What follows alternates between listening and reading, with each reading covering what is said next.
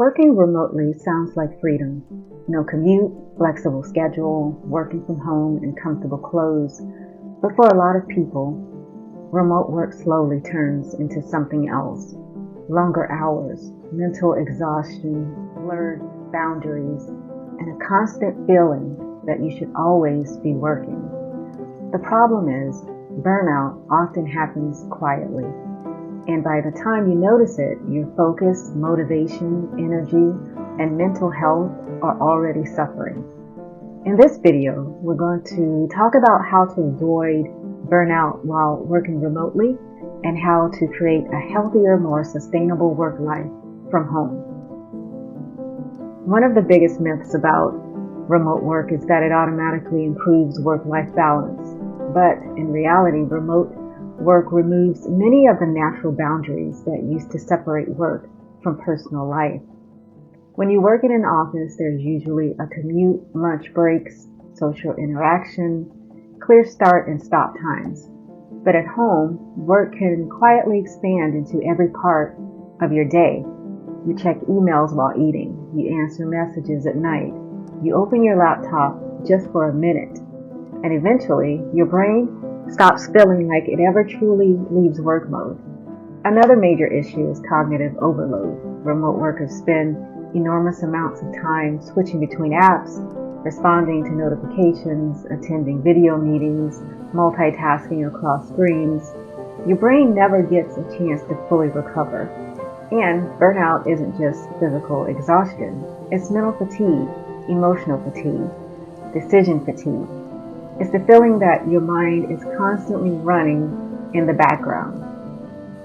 One of the most important ways to prevent burnout is creating clear boundaries between work and personal life. And this matters even more when your home is also your office.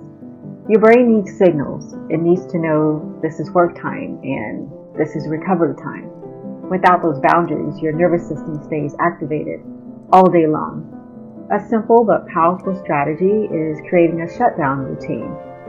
At the end of your workday, close all work tabs, write tomorrow's priorities, turn off notifications, and physically leave your workspace if possible. Even small rituals help train your brain to disconnect. Another helpful strategy is setting hard stop times. Remote workers often fall into the trap of soft quitting, not fully working, but never fully resting either. That creates constant low-level stress. Sometimes productivity improves not because you work more hours, but because you finally allow yourself to stop. A major cause of remote burnout is living in reaction mode. Many people start the day by immediately checking Slack, email, social media, notifications, and from that moment on, the day belongs to everyone else. Your attention becomes fragmented before you've even done meaningful work. This creates a constant feeling of urgency. But urgency is not the same as productivity. One of the best things you can do is protect your first 1 to 2 hours of focused work. Before checking messages, identify your most important tasks. Work without interruptions. Silence notifications. This is sometimes called deep work, and it's one of the most valuable skills in remote work because the ability to focus deeply has become increasingly rare. The more fragmented your attention becomes, the more mentally exhausted you feel by the end of the day. Not because you worked harder, but because your brain never had time to settle into sustained concentration. Your environment affects your energy more than people realize. A cluttered, distracting workspace increases mental fatigue. Your brain is constantly processing visual information, even in the background. This is why simple changes can dramatically improve focus and reduce stress. Things like better lighting, reducing clutter, comfortable seating, separating work and relaxation spaces can improve both productivity and mental clarity. Another overlooked factor is movement. Many remote workers sit for extremely long periods without realizing it. and physical stagnation affects mental energy. Try adding short walks, standing breaks, stretching, sunlight exposure throughout the day. Sometimes what feels like burnout is actually overstimulation combined with physical inactivity. Your brain was never designed to stare at screens for 10 straight hours. One of the biggest problems in modern productivity culture is the idea that every moment should be optimized, but constantly trying to maximize output often leads directly to burnout.